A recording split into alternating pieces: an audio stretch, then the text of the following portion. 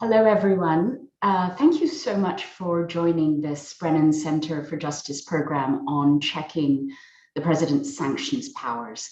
My name is Hina Shamsi, and I am the director of the ACLU's National Security Project. I am so thrilled to have the opportunity to speak today with three terrific experts on sanctions, Asla Bali, Peter Beinart, and Andrew Boyle. Before we get started, just a couple of housekeeping notes. First, we really want to leave time for questions at the end of this discussion. So if you have a question you'd like to ask, please feel free to add it via the question and answer box. Second, we provide live closed captioning. For those of you who are joining a Brennan Center event for the first time, our very good friends at the Center have asked me to let you know that the Brennan Center is a nonpartisan law and policy institute that works to repair, revitalize, and, when necessary, defend our systems of democracy and justice. We're really grateful to our partners for this event, the NYU's John Bradimus Center, which advocates for civil debate in politics and public policy. So we're here today to talk really about the International Emergency Economic Powers Act, which is a real mouthful. So we're going to call it by its acronym, IEEPA. Since its passage, it has been invoked across administrations, Republican and Democrat, with goals that range from addressing terrorism to transnational crime to proliferation of chemical and biological weapons and weapons of mass destruction, cyber attacks, interference in US elections, corruption. The list is long and it goes on and on. The impacts of IEEPA's sanctions and its regime are also wide-ranging and include both international impacts and domestic ones here in the United States. Again, to name just a few. In the name of national security and counterterrorism, IEEPA has been invoked and used to freeze and put Muslim charities out of business, which in the last 20 years has really harmed Muslim civil society in the United States and abroad, and violated the Fourth Amendment, Fifth Amendment, caused negative impacts on equal protection and the First Amendment protections of free speech and association. It's been invoked under the Trump administration to impose sanctions on the International Criminal Court prosecutor and a senior colleague who are investigating atrocities and war crimes by the United States and its allies. It's been used against entire countries, for example, Iraq, Iran, and North Korea, with also impacts on humanitarian agencies and aid in those countries.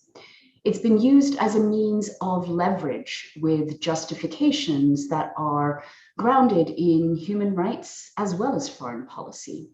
So here to discuss what this statute is and Congress's original intention in passing it, the historical and current impacts that it has, and proposals for a reform is, as I said, a terrific set of experts.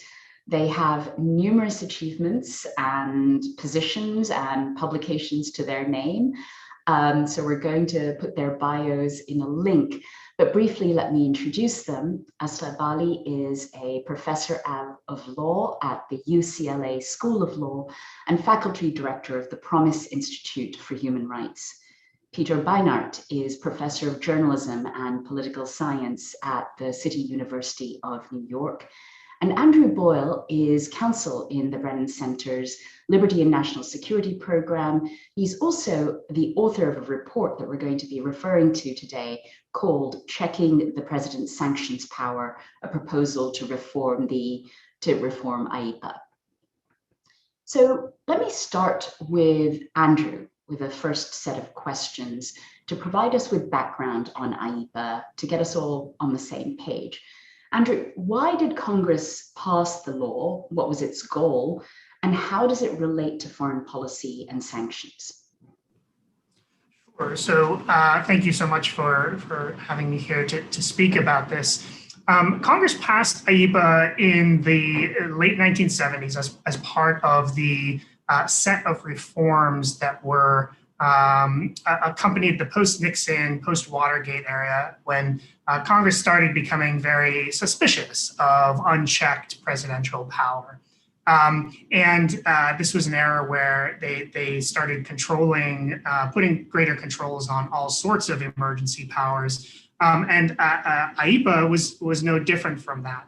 Prior to the advent of IEEPA, there was another statute called the Trading with the Enemy Act that allowed presidents to impose sanctions with relatively few checks. And what Congress essentially said was, we want to have a different set of checks on the president when he or she imposes sanctions during peacetime than during wartime. So the Trading with the Enemy Act was allowed to continue to exist for wartime sanctions, and then IEEPA was implemented to control the president's use of sanctions powers during peacetime. And IEEPA really is the statute that underlies almost all US sanctions powers. That's what the president draws upon when he or she imposes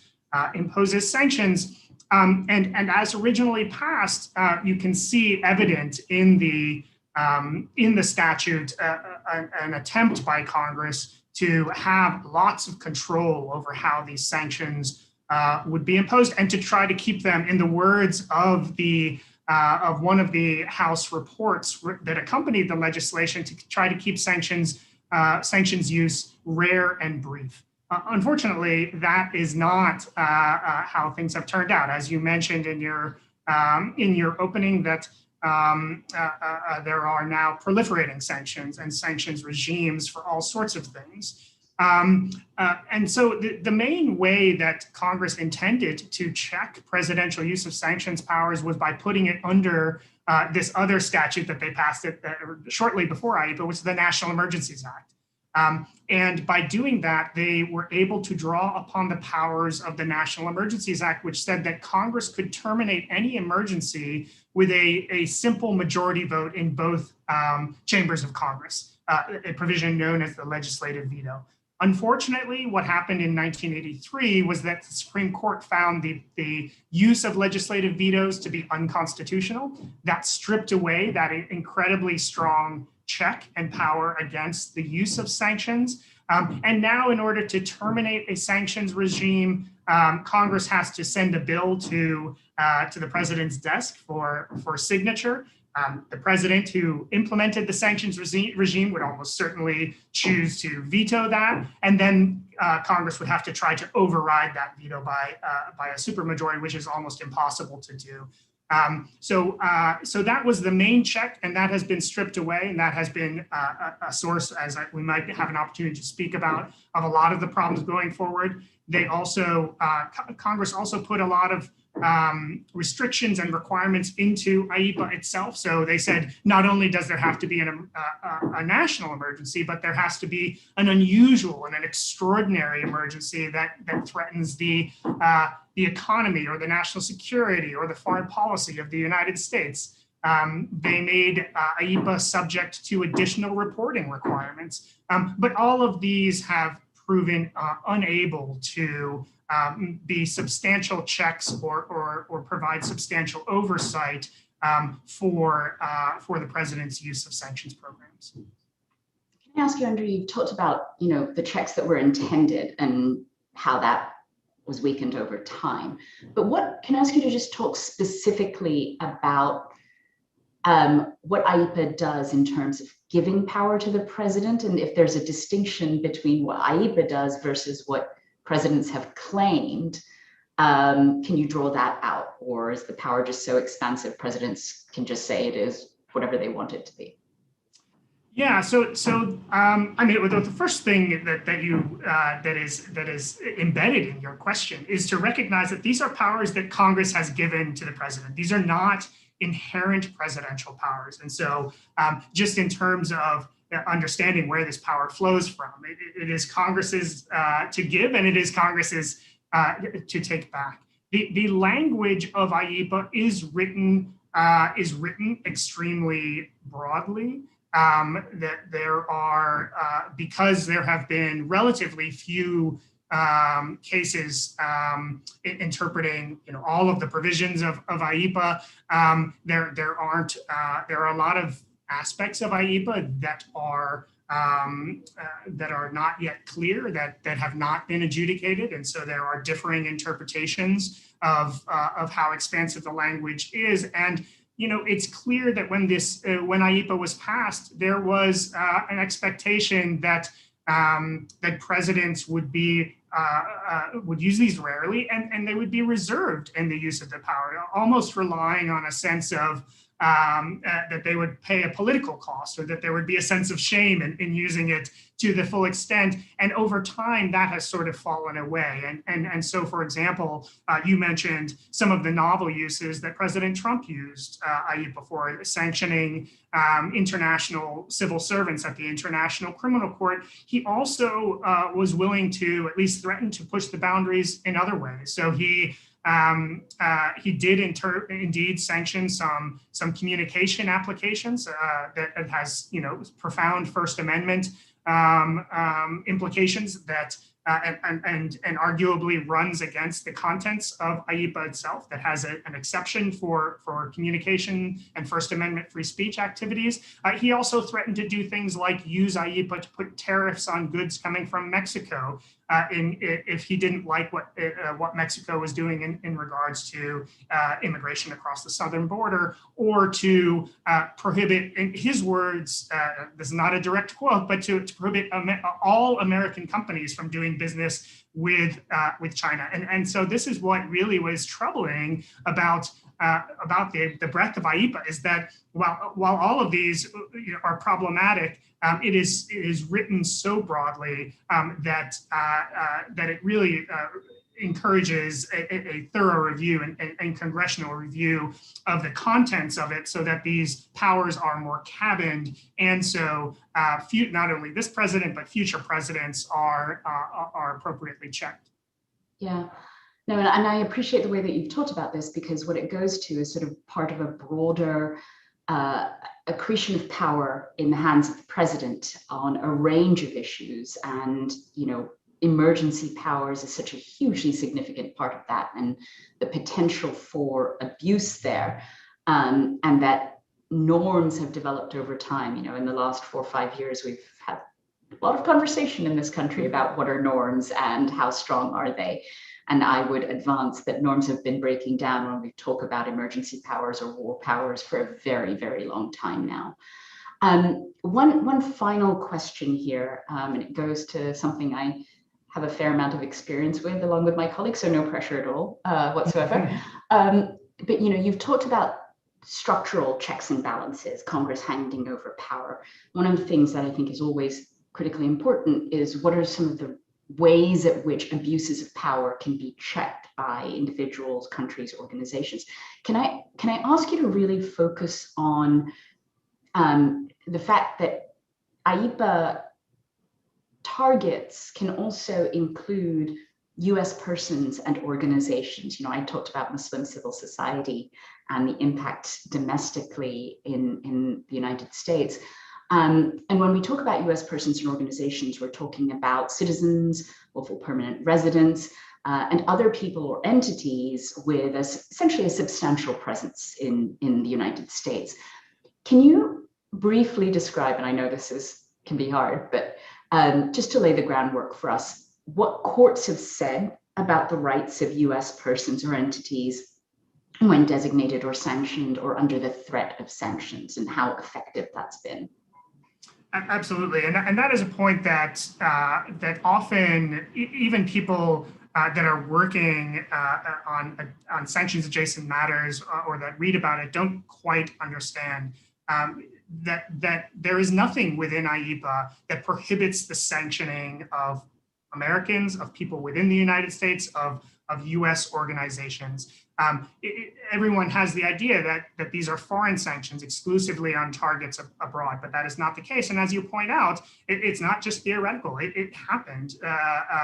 Post 9/11, there were a number of individuals and organizations that were sanctioned within the United States, often on very flimsy evidence. And what's also alarming is that the sanctioning of U.S. persons and U.S. organizations in some ways is much harsher than the sanctioning of foreign organizations and foreign persons. And this is because the way sanctions usually work is when the government sanctions someone, the way that those sanctions are enforced is by prohibiting U.S. persons and U.S. companies from interacting with that person. So if you're a foreigner, maybe it means you can't access your U.S. bank accounts. But if you are within the United States, it means that you are not allowed to hold a job. You are not allowed to pay for medical care. You are not allowed to rent an apartment without a license from the government to do so. So in that way, it's incredibly harsh. And to get to the heart of what you are pointing at, if you are an American or if you're within the United States, you also have a range of constitutional rights that are implicated in a way that they are not implicated when foreign persons or foreign organizations are sanctioned. And there have been a handful of cases, particularly flowing out of these post 9/11 designations, where these issues were raised. There has not been a Supreme Court case, a U.S. Supreme Court case that has addressed all of these issues. So there is no rule that covers the entirety of the United States. There is somewhat of a patchwork.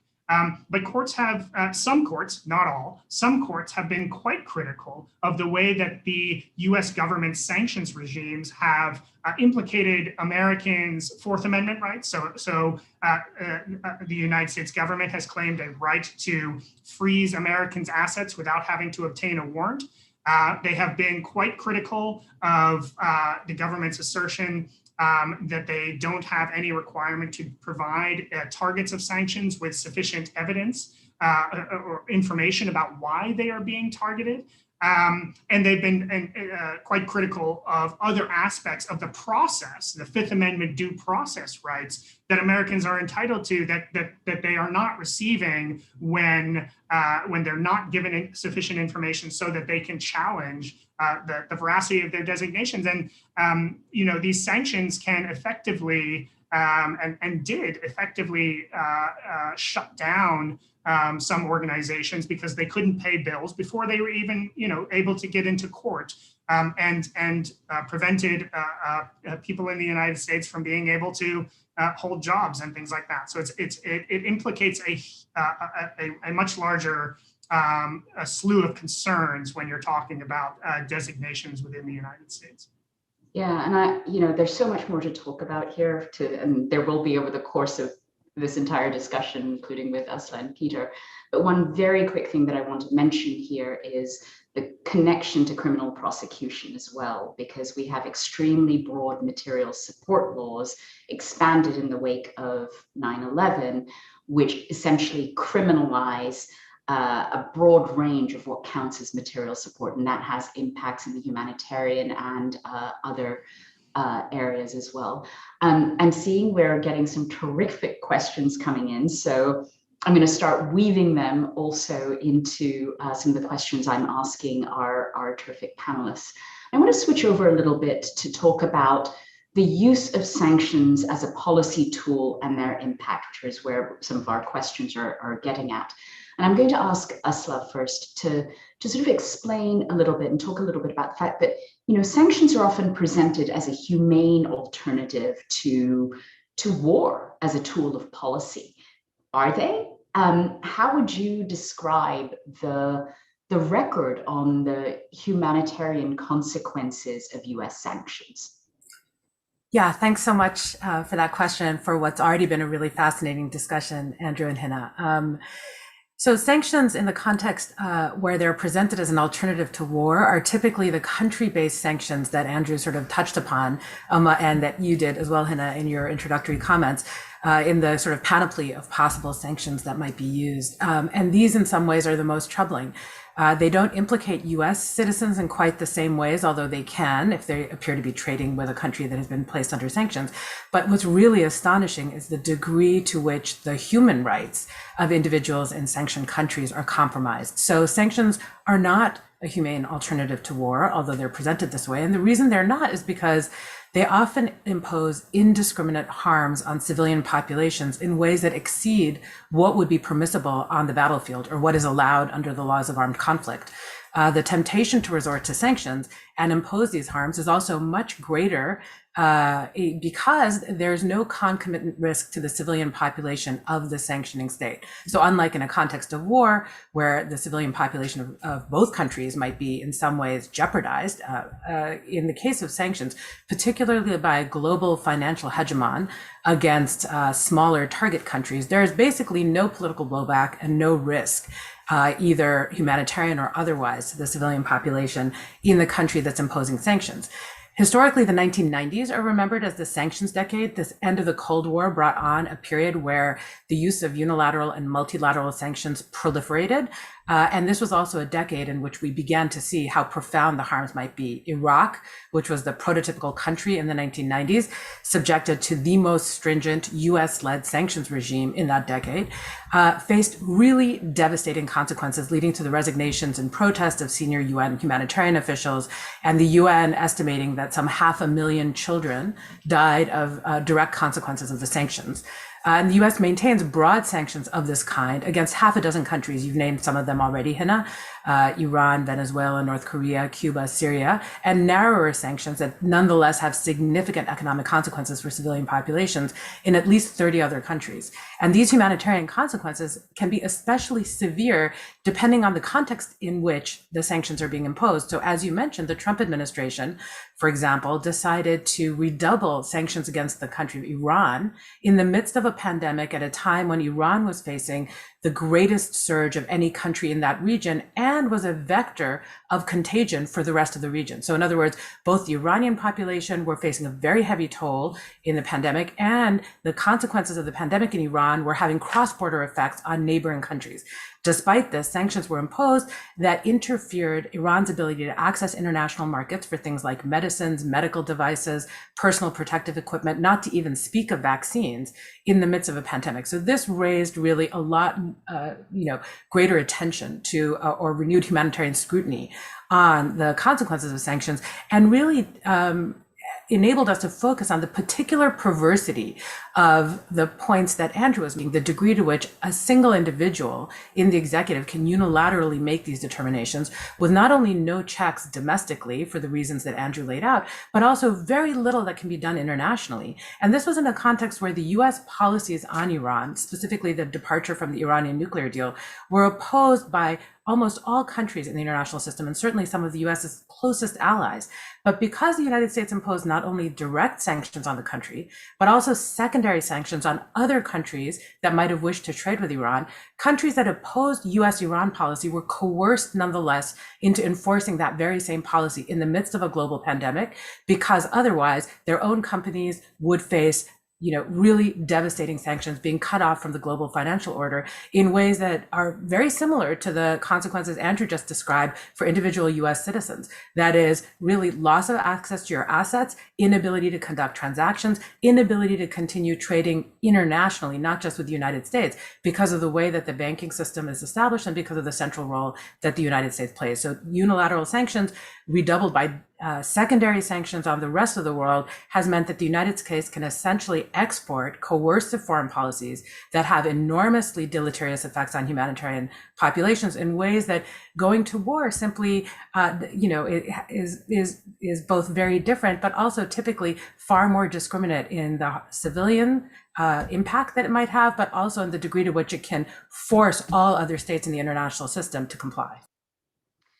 So can I just, you've said a lot. Can I just, before I bring Peter into the conversation, just ask you to briefly explain whether there's a distinction to be drawn between multilateral sanctions versus unilateral sanctions in terms of humanitarian or humane impact and consequences at all? There is. So multilateral sanctions are clearly preferable. These would be sanctions that are agreed upon, not because the US coerces other countries to join through secondary sanctions, but because those countries voluntarily join or because they've decided upon it in the Security Council. But that being said, the United States plays a very powerful role in the Security Council, and so is often able to use its position on the Council to take unilateral sanctions and effectively multilateralize them. So one of the benefits of multilateral sanctions is that they almost always involve humanitarian exemptions. The United Nations, if it's the venue through which the sanctions are being imposed, has a set of obligations to human rights and humanitarian considerations. But in truth, unilateral sanctions also often have technically pro forma, de jure humanitarian exemptions.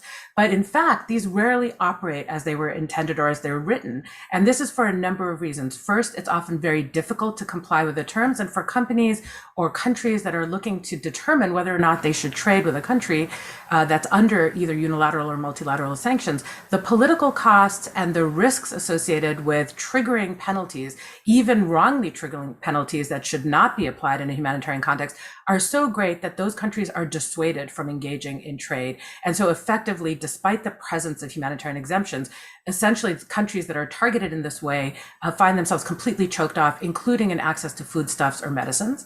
In addition, sanctions have a kind of symbolic logic, a Manichaean logic of good guys and bad guys, of us versus them, that raise the cost dramatically for companies appearing to trade with the enemy or engage with adversaries, that causes them to be dissuaded even when licensing regimes or exemptions operate as they ought to.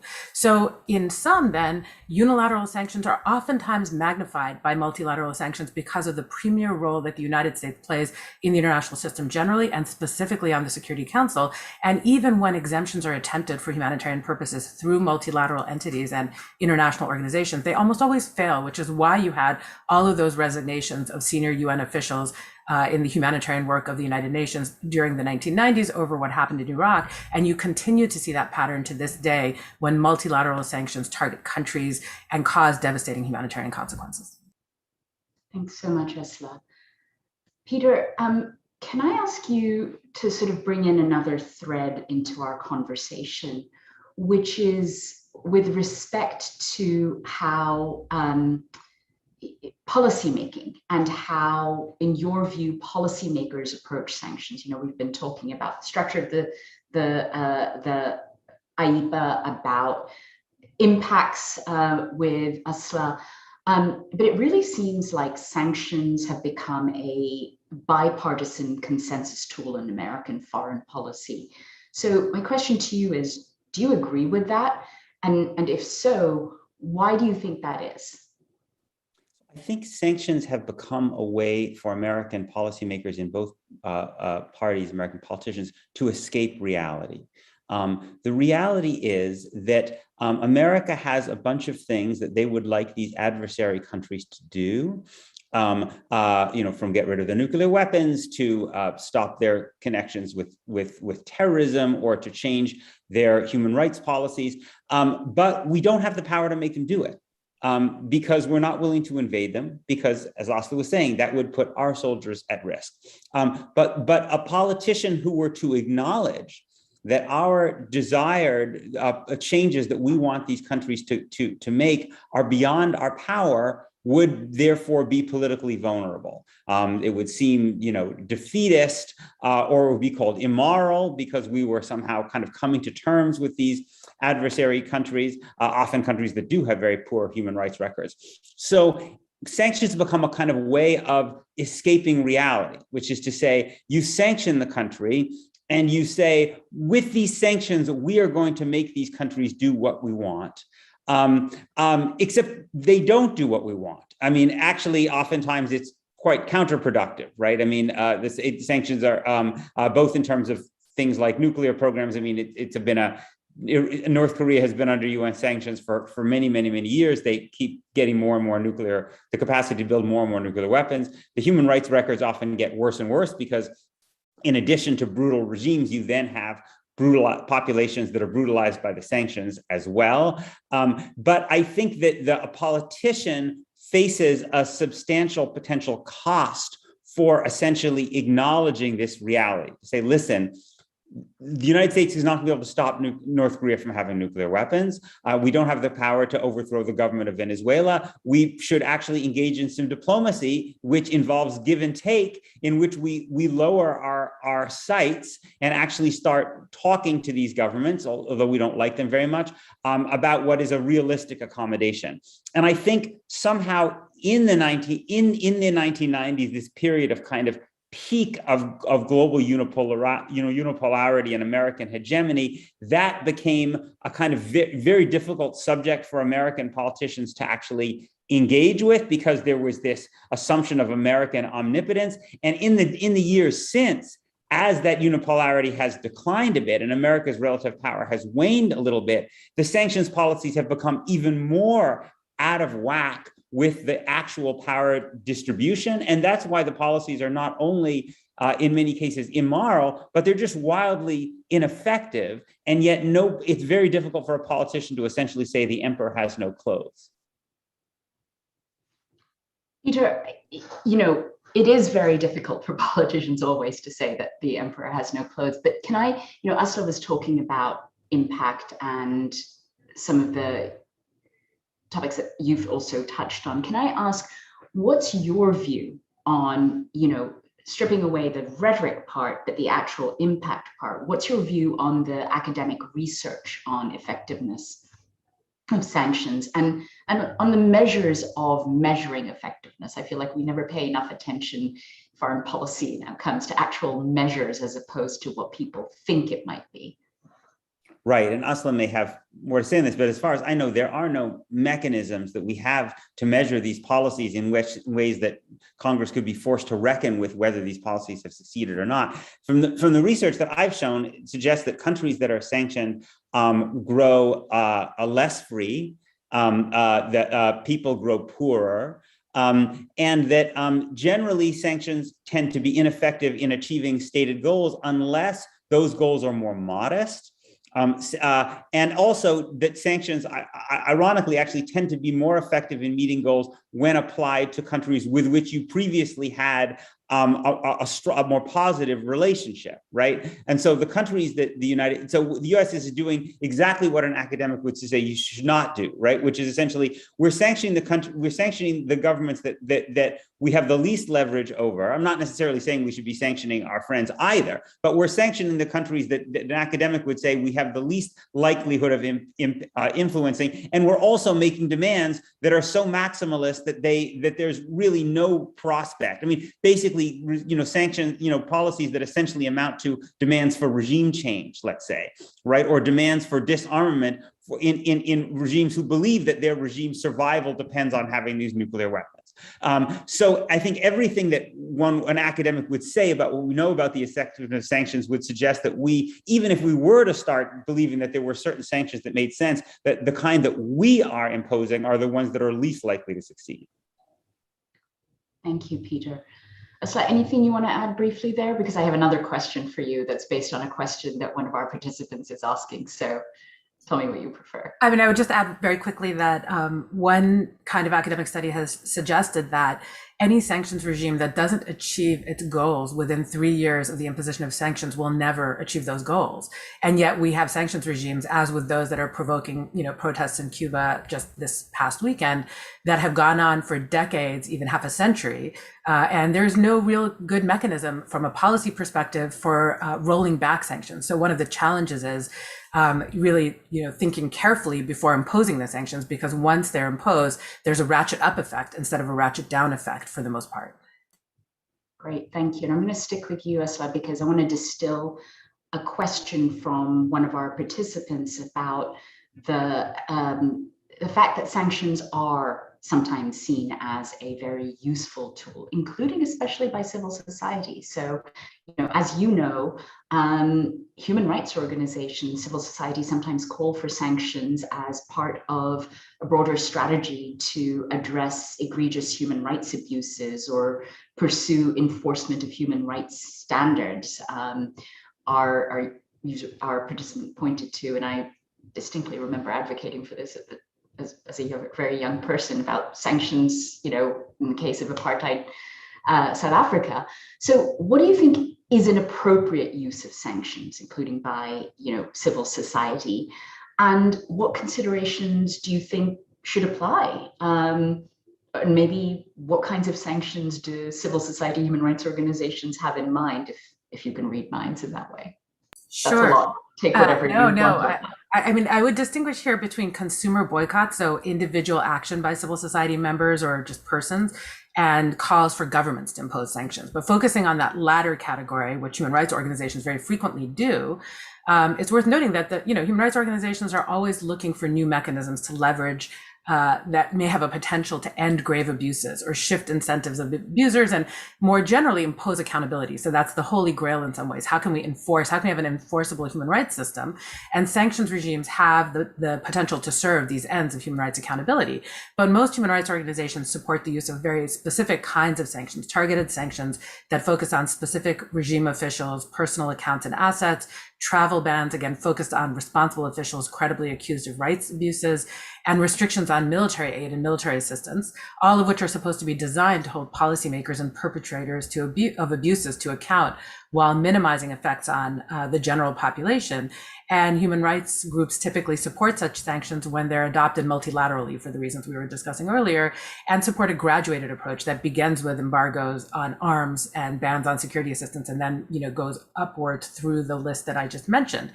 But nonetheless, it's important to underscore that even in pursuing individual accountability for regime officials and so on, targeted sanctions against individuals and companies raise a host of due process concerns along the lines that you and Andrew were discussing earlier. And this is especially apparent and has been particularly acute in the case of the war on terror and the Security Council's use of counterterrorism committees' use of designations of individuals and entities for asset freezes based on unilateral claims by governments with almost no procedural protections. In a world of governments, including our own, that are all too willing to designate a range of adversaries and dissidents and opponents as terrorists, or use religiosity or ties to foreign adversaries as a proxy for terrorism designations, targeted sanctions have in fact been rife with abuse. And the rapid expansion of Magnitsky-style human rights sanctions, so these are sanctions that are imposed on individuals based on credible accusations of their involvement in specific human rights abuses, raises similar due process concerns, even as they're being celebrated oftentimes by human rights organizations. These unilateral designations run the risk of politicization, selectivity, and abuse when they're used in this way.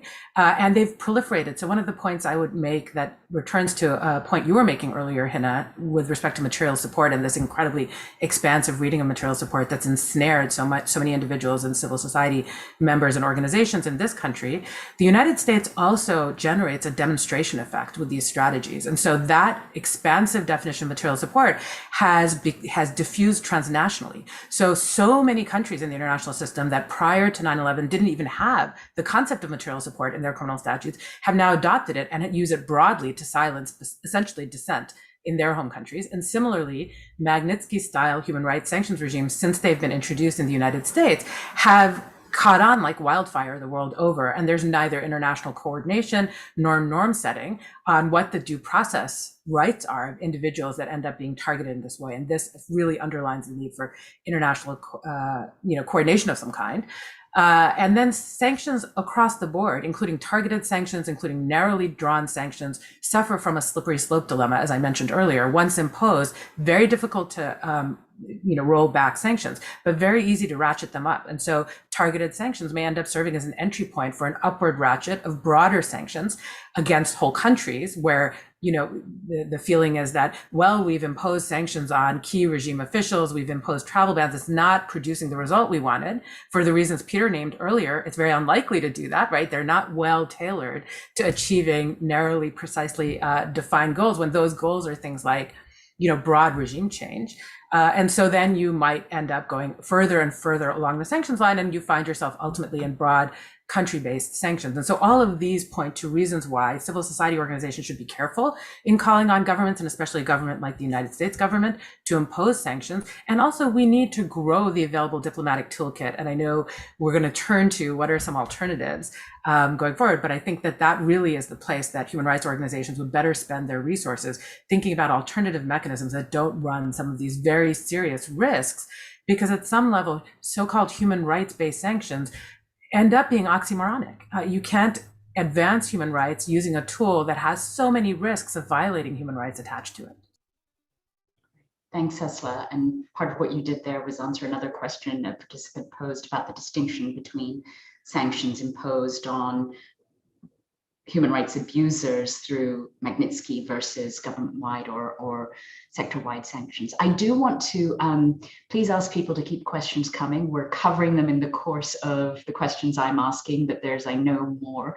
I want to move while we're looking for additional questions, and I'm going through the other ones that are coming through. Andrew, you've written an important report on IEEPA and proposed reforms. Can you briefly describe some of the reforms you propose? And if you can, just help make concrete for us sort of illustrative specifics of your proposals. Absolutely. So we have a range of proposed reforms in the report, but I will just, to the extent that the audience is interested, I recommend that they go and take a look at them. But let me just touch on a few of them that address some of the issues that we have been discussing here today. So just to highlight again how incredibly potent this law is, that allows the president at the stroke of a pen to block any transaction, to freeze any assets on his say-so. And often what happens is he delegates that power to the Treasury Department, and so you essentially have mid-level bureaucrats that are making decisions about who is following under these incredible powers. So in regards to the humanitarian issues that we have been discussing, one thing to know is that within IEEPA itself, there is a humanitarian exception that says for donation of humanitarian goods cannot be sanctioned unless the president waives that. And routinely, the president has been presidents across administrations have been waiving this. And even if they were not to, it doesn't go nearly far enough in allowing humanitarian aid to reach affected innocent civilian populations. And so we would like to see both an expansion of what is covered under the humanitarian exception and also higher bars to allowing for that waiver and having sunsets on it. So saying, for example, that the president would have to, or the Treasury Department would have to assert that that the humanitarian goods would not reach the civilian population, and also that they would have to provide reports to Congress in order to say what, why this exception should continuously be invoked or why it shouldn't sunset.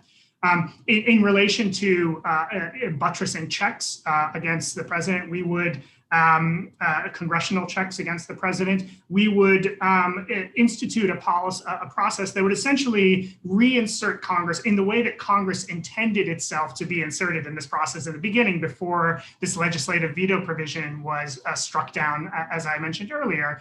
And to do that, what we are suggesting is that after a sanctions program is implemented, there should be within 90 days, Congress should have to vote to approve that sanctions program. And if they didn't do so, then that sanctions program would terminate. And then going forward on an annual basis, all sanctions programs would be have to be voted on as a package. So it's trying to strike a balance between not placing too heavy a burden on Congress and making it realistic in that way, but also giving Congress an opportunity and individual congresspersons an opportunity to say, well, I generally agree with these sanctions programs, but perhaps I don't agree with this sanctions program, and I want a separate vote on that. So requiring a vote in that regard. And then very briefly, in relation to some of the constitutional concerns that I mentioned earlier, we would, well, first of all, we would support not allowing for the use of IEEPA sanctions against persons within the United States or U.S. Organizations, but if they are to be used in that way, that they should only be used in situations where there is a criminal conviction for actions related to what the sanctions program is set up for. And then there should be a warrant requirement, a warrant process with perhaps a little bit of flexibility, but very very closely cabined to be able to require the government to go before a judge and explain why they should be entitled to freeze these assets, and a robust set of due process requirements that allow individuals and organizations that are sanctioned to know why they're being sanctioned, to submit evidence in their defense, and to raise the bar right now, because this is essentially an administrative process. Both in when you, even if you get into federal court, it's incredibly deferential standard, and that standard needs to be raised such that that the government needs to show that they are meeting some evidentiary standard on perhaps a preponderance of the evidence to be able to sanction Americans. Thanks so much, Andrew. I'm going to switch us to answering questions from our terrific participants. And thank you so much for the questions that have already come in. One question that it kind of goes, I think, really well to a segue from where we are now is there political support, do you think, for changing IEEPA, for the kinds of reforms that you're calling for? And I would love for you to start us off, Andrew, with a response to that, and then Peter and Asla, jump in.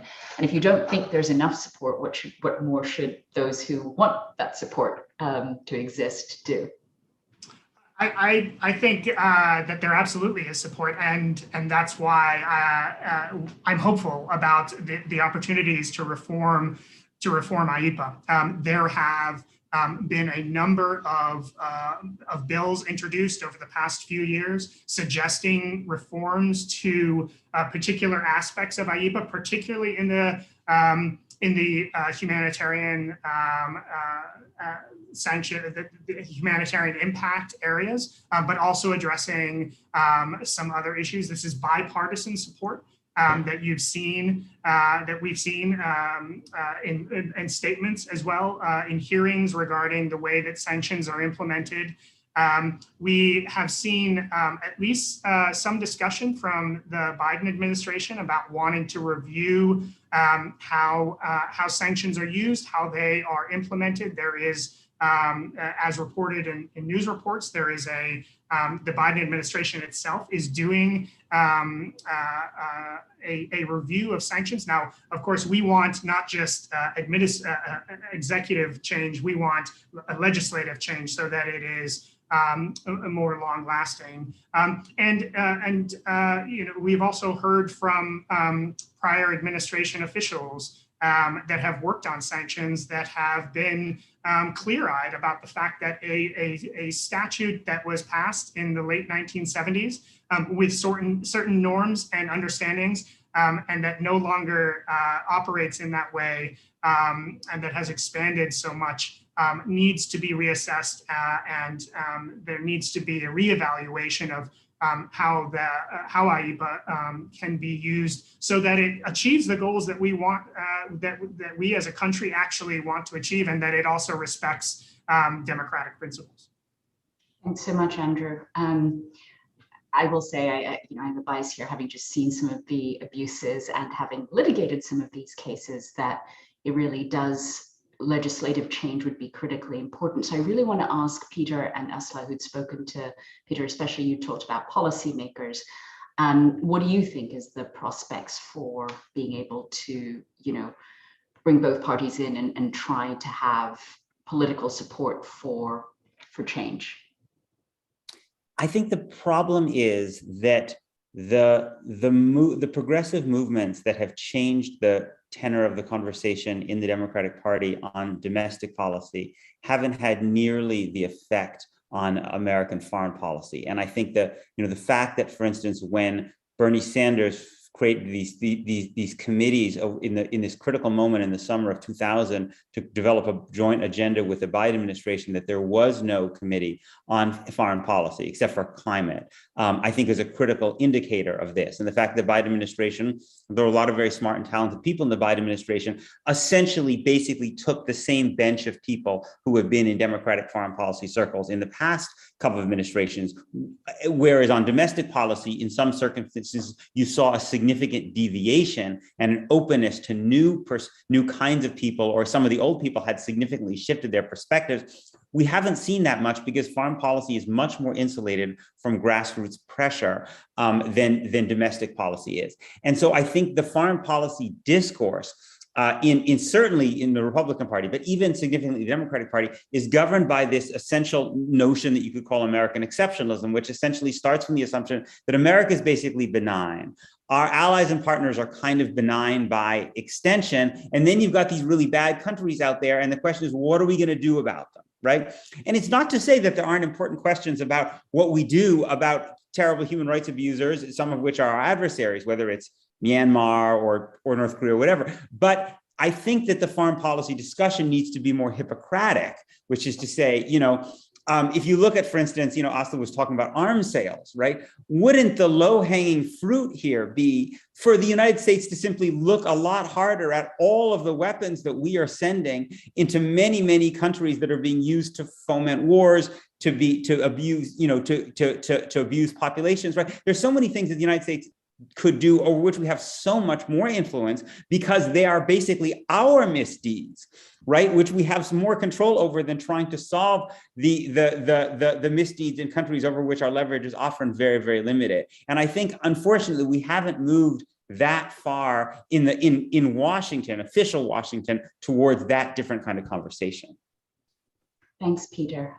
We have one question about whether the Brennan Center or the ACLU are working with Congress on reforms. And if I can just exercise moderator's privilege and very quickly say that, colleagues at both organizations are, and I think Andrew and I've both been involved in this, working on emergency powers reform.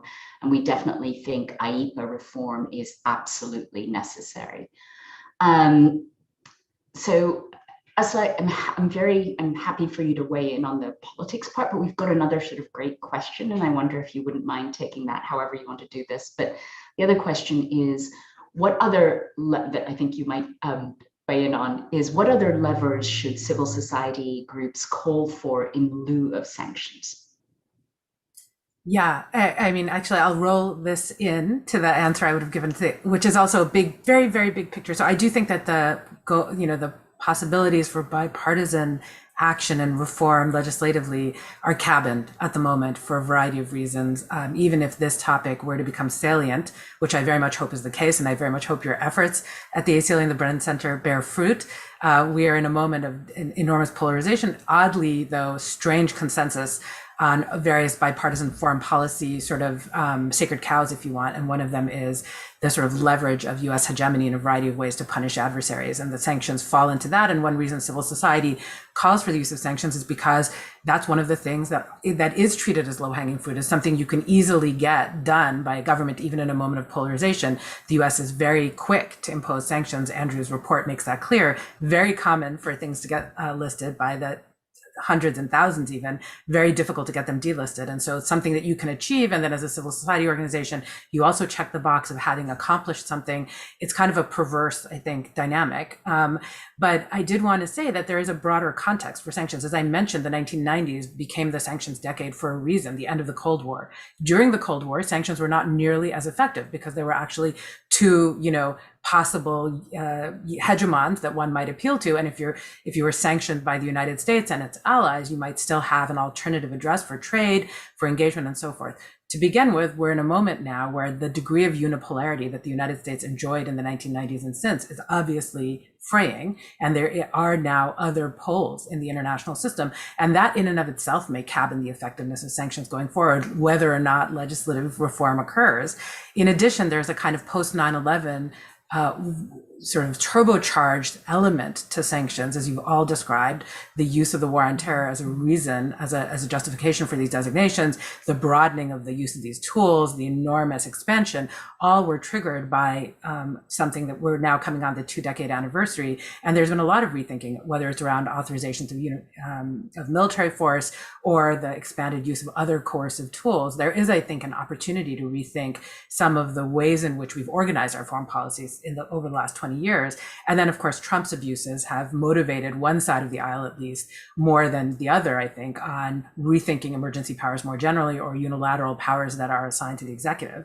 In addition to all of these broad factors, I think another one that may command bipartisan attention is the real risk to global dollar hegemony that's being occasioned by the use of secondary sanctions, and the fact that our own allies have begun to look for alternative trade vehicles and banking opportunities to evade the ability that the United States now has to use the banking system to essentially export its foreign policy preferences over the objections of its allies. So all of this suggests to me that there is an international context in which some degree of rethinking around how sanctions are broadly used, especially on a country basis, that may be now on the cusp, even in the absence of the possibility of meaningful bipartisan legislative reform. But for civil society groups, I think in this moment, it's also really important to rethink what kinds of things are we asking for. And here I would just draw attention back to Peter's earlier answer, refocusing on the ways in which we might limit the damage that the United States does through its foreign policy, I think is a better option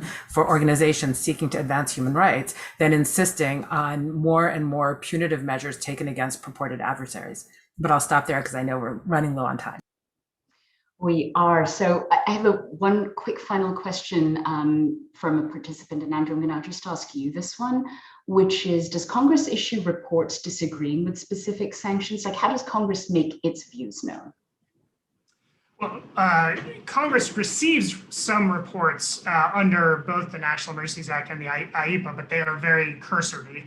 And so Congress's, another one of our recommendations is for greater enhanced reporting so that Congress can exert better oversight. But the way Congress expresses displeasure is by holding hearings and by questioning the individuals involved, and by sometimes forcing administrations to justify certain actions. Unfortunately, that has happened extremely rarely in relation to sanctions, and some of the sanctions hearings are often just about how more sanctions can be imposed as opposed to trying to correct some of the problems. And so we would like to see not only greater checks, but also greater oversight by Congress in taking responsibility for how these sanctions are being implemented and the effects that they're having.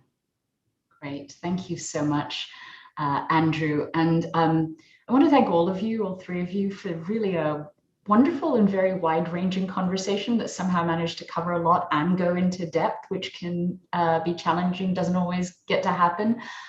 So really, really appreciate this. And I also want to thank the audience for some terrific questions, and hope we were able to weave many of them into our answers in Q&A with the panel, as well as respond to them specifically. I really wish we'd had time to get to more.